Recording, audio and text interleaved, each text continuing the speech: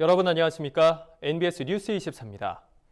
성인 머리보다 큰 수박을 서서 재배한다는 말 들어본 적 있으십니까? 작은 크기의 수박이 아닌 대형 수박도 서서 재배하는 수직 재배법이 화제입니다. 네, 서서 재배하기 때문에 작업하기 편리하고 생산성도 높다고 하는데요. 농가들 사이에서 관심을 모으고 있는 수박 수직 재배 현장을 윤슬기 기자가 다녀왔습니다. 전북 무주군의 한 수박 시설하우스. 최근 주목받고 있는 수직 재배법을 도입한 농가입니다. 수박 수직 재배라고 하면 하우스 상단부로 줄기를 유인해 소형 수박을 재배하는 걸 떠올리기 쉽지만 이곳은 다릅니다. 1m 이상의 어른 가슴 높이 정도의 선반에 8kg 이상의 큰 흑수박이 줄지어 열려 있습니다. 심지어 12kg이 넘는 대형 수박도 수확됩니다. 서서 재배하니 모든 작업을 앉아서 해야 하는 기존 재배법보다 농작업 시간이 줄고 무릎이나 허리 등 몸에도 부담이 훨씬 적습니다. 작업 시간도 상당히 줄었거든요. 노지랑 같이 병행 재배를 하고 있는데 그 노지 할 때보다 시간적으로나 많이 절감되는 걸 느낄 수 있습니다. 무릎이 제가 안 좋거든요. 이렇게 하니까 무릎에 지장도 없고 농작업이 굉장히 편해져요. 생산량도 늘었습니다.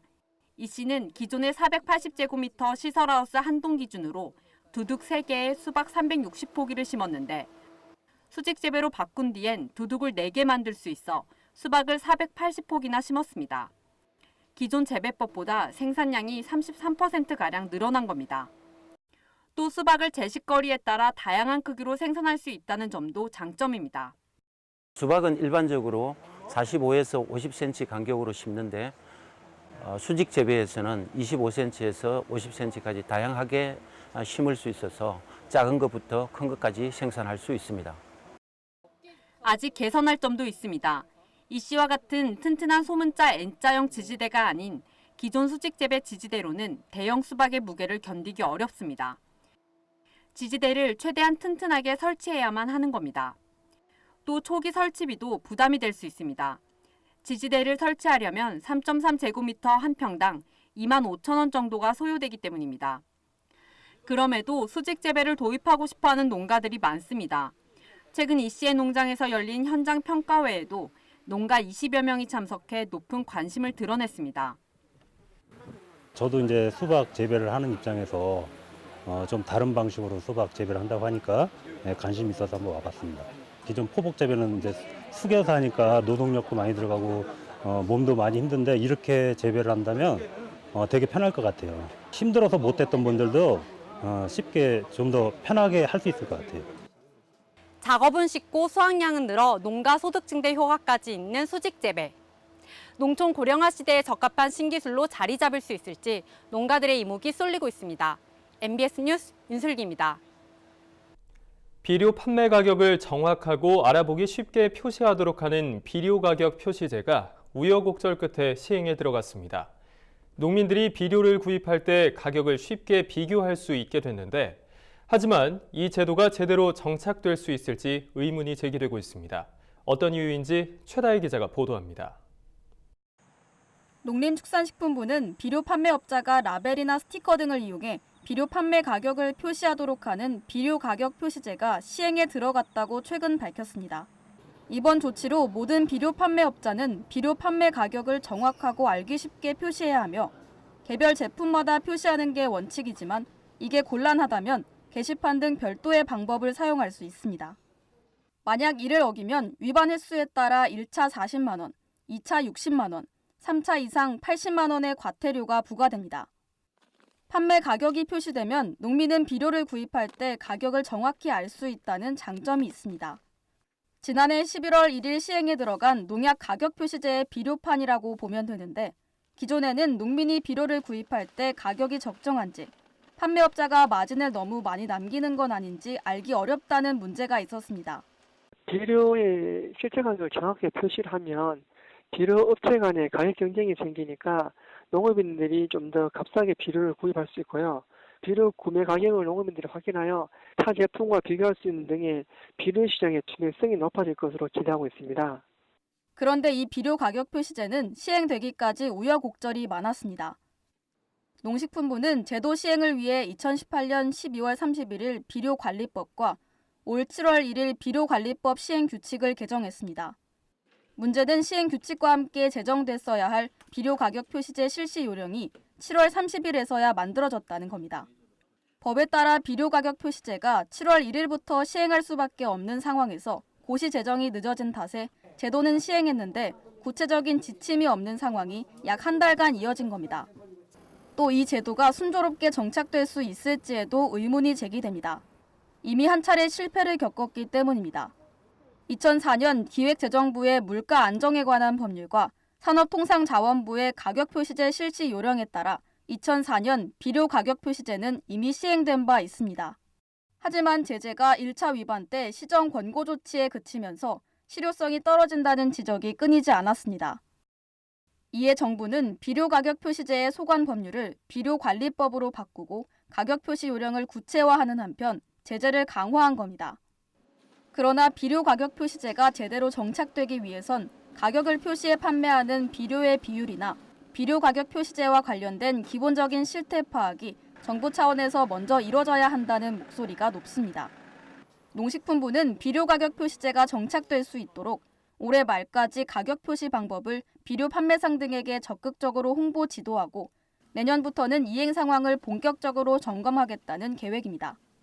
MBS 뉴스 최다희입니다. 가을 감자 재배를 희망하는 농민들이 크게 늘어나 가을 감자 공급 과잉이 우려되고 있습니다. 현재도 감자값이 약세에 허덕이는 상황이라 가을 감자까지 생산량이 늘면 약세 기조가 장기화될 가능성이 있습니다. 보도에 이현경 기자입니다. 감자값 약세가 지속되고 있음에도 가을 감자를 재배하겠다는 농민들이 평년보다 크게 늘어난 것으로 조사됐습니다. 한국농촌경제연구원의 8월 농업관 측에 따르면 농민들의 가을 감자 재배 의향 면적은 지난해보다 11%, 평년보다는 무려 80% 증가한 2,741헥타르로 조사됐습니다. 다른 조사 결과도 크게 다르지 않습니다. 농협경제지주가 조사한 가을 감자, 겨울 감자 재배 의향 면적은 4,554헥타르로 지난해 4,121헥타르에 비해 10% 증가했고 평년 2,950헥타르에 비해서는 55% 늘어났습니다. 지역별로 보면 경남은 지난해와 비슷했지만 전남 제주 지역의 재배 의향 면적이 지난해보다 크게 증가한 것으로 나타났습니다. 전남 제주 지역의 재배 의향 증가는 지난해 가을 감자 주출하기 가격 강세와 경합작물인 쪽파, 무 등의 수익성 저하가 원인으로 지목됩니다. 최근 감자값이 계속 약세로 보여서 지역 농가들도 감자 파종에 대한 고민은 많지만은 별다른 대체 작물이 없는 그런 실정입니다. 저희 지역은 가을에는 쪽파를 파종하고 있는데 최근 쪽파 가격이 3, 4년 정도 값이 좋지 않다 보니까 많은 농가들이 감자로 작물 전환을 하여 문제는 노지 봄감자와 고랭지 감자 생산량이 크게 늘어 현재 감자값 약세가 지속되고 있는 상황이란 겁니다. 농경연은 2019년산 노지 봄감자 생산량을 지난해 대비 20%, 평년 대비 21% 증가한 46만 778톤 수준이 될 것으로 예상했습니다. 재배 면적이 전년보다 15% 늘어난 데다 호남 지역 작황 호조 등으로 단수가 증가한 것이 원인입니다. 8월 하순부터 본격 출하될 고랭지 감자 생산량도 지난해보다 37%, 평년보다 15% 증가한 12만 6,071톤에 이를 것으로 예측됐습니다. 게다가 감자 수입량까지 크게 늘어났습니다. 관세청에 따르면 올해 1월부터 6월까지 감자 수입량은 8만 8,418톤으로 지난해와 평년에 견주어 각각 7%, 10% 증가했습니다. 신선 냉장 감자 수입은 지난해와 비슷했지만 튀김 등 가공용 감자 수입량이 상대적으로 증가했기 때문입니다. 이러한 악재가 겹치면서 지난 9일 서울 가락시장에서는 수미 감자 20kg 상품 한 상자가 지난해 3만 5천 원 선에 비해 57% 낮은 금액인 1만 5천 원 선에 거래되고 있습니다. 이에 따라 농림축산식품부와 농협경제지주는 가을 겨울 감자 주산지를 대상으로 감자 줄여 심기와 채소 수급 안정 사업에 적극 참여해 줄 것을 당부하는 등 감자값 안정을 위한 선제적인 대책 마련에 착수했습니다. MBS 뉴스 이현경입니다.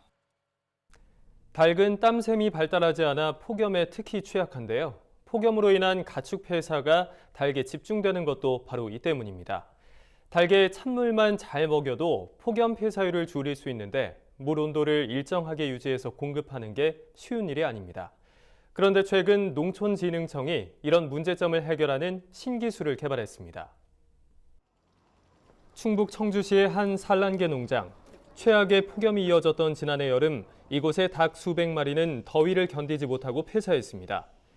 닭은 온몸이 깃털로 덮여 있고 땀샘도 발달하지 않아 자체적으로 체온 조절을 할 수 없기 때문입니다.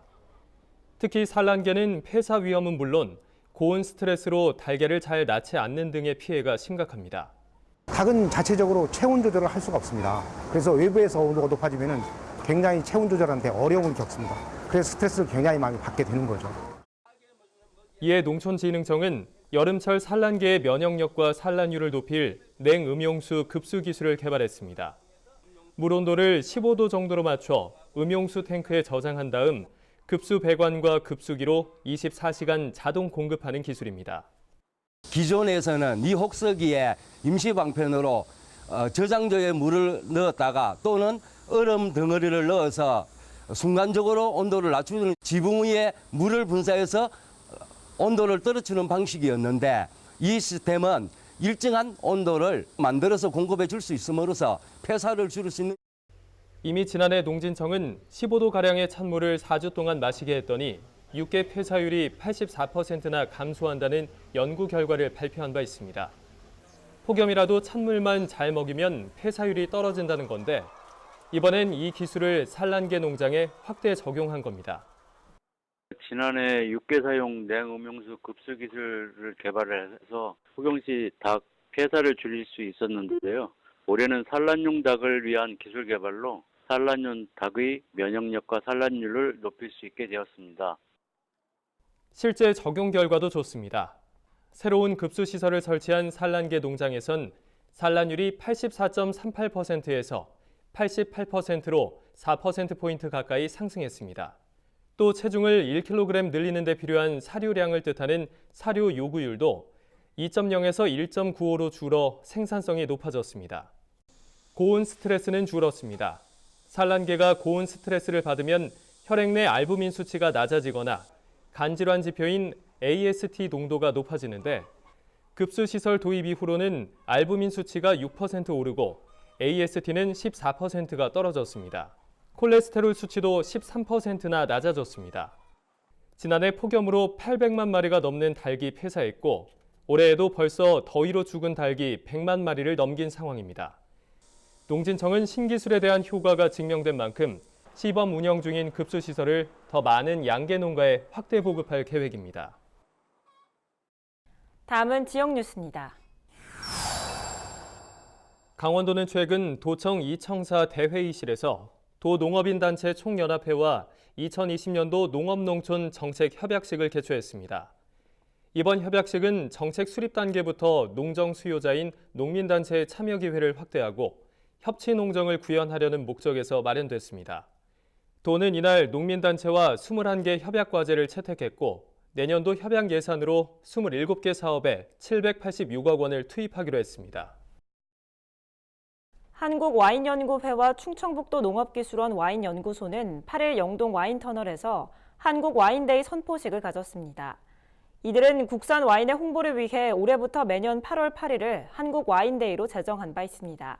한국와인연구회는 국내 와이너리 농가와 와인산업 관계자 93명으로 구성되어 있으며 와인산업 발전을 위해 각종 행사와 세미나 등을 추진하고 있습니다. 제주특별자치도 농업기술원은 오는 16일부터 17일까지 이틀간 서귀포 농업기술센터 야외광장에서 2019 제주 감귤 박람회 성공 개최를 위한 풋귤청 만들기 체험 행사를 실시합니다. 풋귤청 만들기에 관심 있는 도민이라면 누구나 제주국제감귤박람회 조직위원회 사무국으로 신청하면 되고, 사전 신청자에게는 체험 재료가 지원됩니다. 체험 참가자는 풋귤 1kg을 가져오거나 풋귤청을 담근 후 3,000원에 구매할 수 있습니다.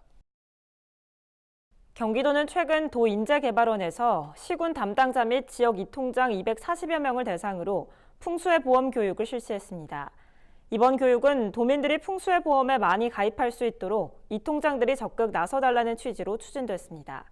풍수해 보험에 가입한 주택은 재난으로부터 재기할 수 있을 만큼의 경제적 보상을 받을 수 있고, 보험 대상 시설물은 주택과 비닐하우스를 포함한 온실, 소상공인의 상가, 공장 등입니다. 농민들이 안정된 노후를 맞이하려면 어떤 준비가 필요할지 함께 고민해보는 100세 시대 노후 재테크 시간입니다. NH투자증권 100세 시대 연구소와 함께 농민들이 꼭 알아둬야 할 노후 재테크 요령 함께 알아보겠습니다. 네, 오늘은 4차례에 걸쳐 알아봤던 연금저축을 총정리해보겠습니다.